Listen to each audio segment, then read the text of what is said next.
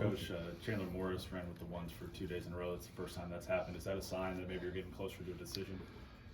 I don't think so. I wasn't even really honestly aware of it. I think it's just we're just kind of rolling through this stuff and getting guys reps, and I think we'll start to have to narrow some stuff down, pretty quickly. But I don't think that's any kind of indication of anything, honestly. You said you want to see you hope to see some separation between Max and Chandler. Have you seen it at all this week? Or I've seen times where, you feel like one's kind of pulling ahead and the other one will have a good day. I mean, it's just kind of been back and forth. The good thing about our quarterback situation is, and again, it goes back to the old saying, and I think there's two ways to interpret this. The old saying that I've always believed, if you have two quarterbacks, it means you don't have any. I don't know that that's the case here. You know what I mean? I really don't believe that. I think we have two guys that are good football players that have both played at a high level. I think we've got some other young guys between Sam and Josh that have really performed probably better than we expected. So we feel good about the position. And it's like anything else, we're going to have to make a decision on who the starter is. And, we'll do the very best that we can to make the right decision. Coach, kind of hard not to notice Hodges Tomlinson walking around in a boot and Marcel with a sling. Is there any status on those guys? Yeah, Marcel's going to be out for a while. Trey, I would expect back soon. I don't think he's had a little bit of a nagging injury that I know he's a little frustrated. He hadn't had a chance to practice, but it's a minor thing, and so I would anticipate him being back quickly. What about Johnny Hodges? I don't think I saw about that. Yeah, he didn't practice today. He's been a little sick, so. Also noticed Sam Jackson running back and wide receiver the last couple of days. Is that just an attempt to get him on the field? Yeah, just trying to find ways to get him the football. He's been good so far when he's got the ball in his hands, and just seeing what he can do. I mean, he's a really fluid athlete. He's got great speed and he's explosive, and so it's like anything else. You got a weapon, you want to try to figure out how to use it, and so that's kind of where we're at. And obviously, when you have a quarterback that can do different things, that creates all kinds of possibilities and options and stuff that people have to prepare for. One of the guys that looks like he was working with the first team was Dominic Williams last couple of days. Yeah. Making a move. Yeah, so Dom's really practiced well. He's been incredibly consistent really for a 17-year-old freshman.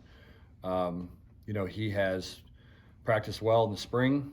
Kind of came in here, seemed like he was one of the veterans, and has kind of done the same thing in fall camp. So I mean, look, the thing about our plan is, our hope is that we can play 30 players on offense and 30 players on defense. And so, who's running with the ones and twos and all that, I don't know that it really matters as much as, Dom's a guy that we feel like can get on the field and help us win. And so he's going to play, and, we'll see how many plays that ends up being. It's kind of the same thing. I mean, look, what we're trying to do is find a three deep. And, there's guys that are running with the third team sometimes right now that are going to play tons of plays in the game.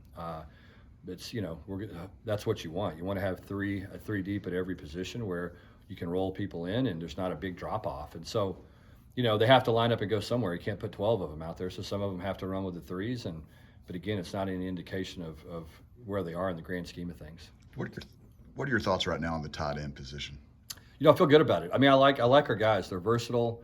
We have some guys that can be good inline blockers. That have the bulk and size and strength in order to do that. We have some guys that we can line up in some 12 personnel with, whether it's, two tights or wing set, different kind of things along those lines. And so that gives us versatility. Anytime that you've got a 7-man blocking surface that changes the fits defensively and creates all kinds of possibilities. And, the thing with us is we're always looking to play the best 11 players. And then, after that, then who can give us something different? And so those guys, in my opinion, have been very consistent so far. They've made plays when they've had opportunities to do so.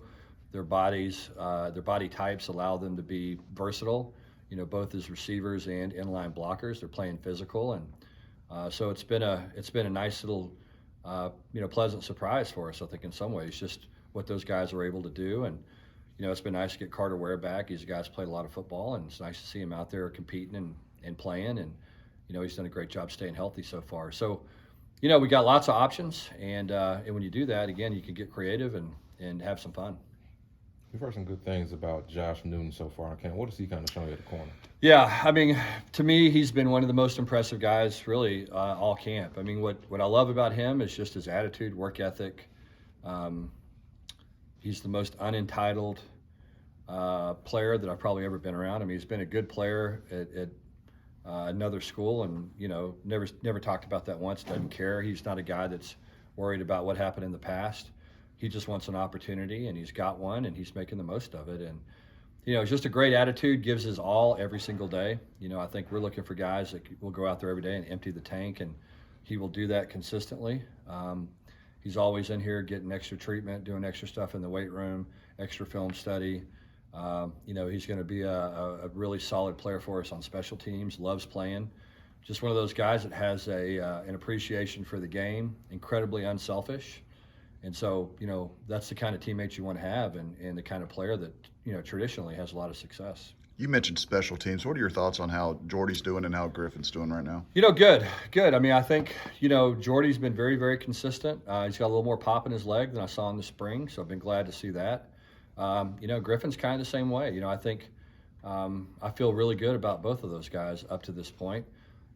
That's such a position. It's almost like being a golfer. The guys get in streaks sometimes, and I think right now they're both on a good streak, and our hope is that we can keep them on that same streak for about the next 20 weeks.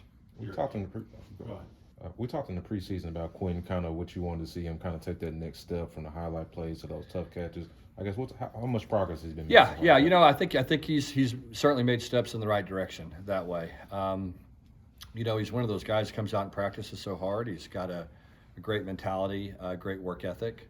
We've tried to bring him along slow. He's one of those players that accumulates a lot of work just because he goes full speed all the time. And so we've been trying to monitor his reps, make sure he gets through fall camp healthy, but at the same time, we want to challenge him as much as we can. And up to this point, he's been ready for the challenge, and he's made a bunch of plays and going to continue to make more and more as camp goes on. You're 8 practices in now to fall camp. What's the biggest area of growth you've seen from the guys so far? Well, I would have said consistency, and I wasn't happy with yesterday's practice. I think we had really 6 good practices before yesterday. And I wasn't pleased at all yesterday. I just didn't think we were into it mentally. Thought we bounced back really well today, but we've been more consistent probably than I thought we would be, and that's a big thing for our program. And we got to be a team that goes out there 12 weeks, and you know exactly what you're going to get. We're going to play hard. We're going to be excited to play. We're going to play with great attitude and effort and intensity, and no matter who our opponent is. And you've got to be able to do that in practice before you can do it in a game. And so, felt pretty good about that. Felt like we had a little bit of a setback yesterday, but bounced back today in that regard. So I've been pleased with that. I think overall, I think our special teams have been very solid. I think that's one thing that I feel like we're a little ahead of schedule in a lot of ways. We got a lot of guys that can run and cover kicks and punts, and I like our specialists. And so, we just got to continue to tighten things up with that group. But we've got 2 or 3 groups, I think that, 2 or 3 deep rather, in some key special teams groups that we feel pretty good about. So, we'll test them a little bit more tomorrow, do some more live situational stuff, and see how guys respond, and see if we can execute at the level that we've been executing at. But I've been really pleased with that so far. Probably, like I said, a little ahead of schedule. Do you feel like you guys are getting close to that magic number of having 8 to 10 good offensive linemen? I do. Yeah, I think you're starting to see a pretty good rotation happening in there where guys can play different spots. I think the big thing for us is in the next 4 or 5 days, we'll probably try to settle in and see what we think the first group's going to be, and get those guys a lot of reps together, where they're just getting on the same page. But we have a lot of versatile players that can bounce around, and so that's what we want. It's a big deal when you can substitute an offensive lineman and rest him a series. Those guys just play so much better as the game rolls on, and so our goal is to be able to roll 8, 9, maybe even 10 guys, and if we can do that, then that's going to have a big impact on the entire offensive line group. Plus, you're always, you're planning for a rainy day, and when somebody goes down, it gets banged up. And so, we try to get ahead of those things, not react when they occur, prepare for it ahead of time, and that way everybody's comfortable when we have to make a move.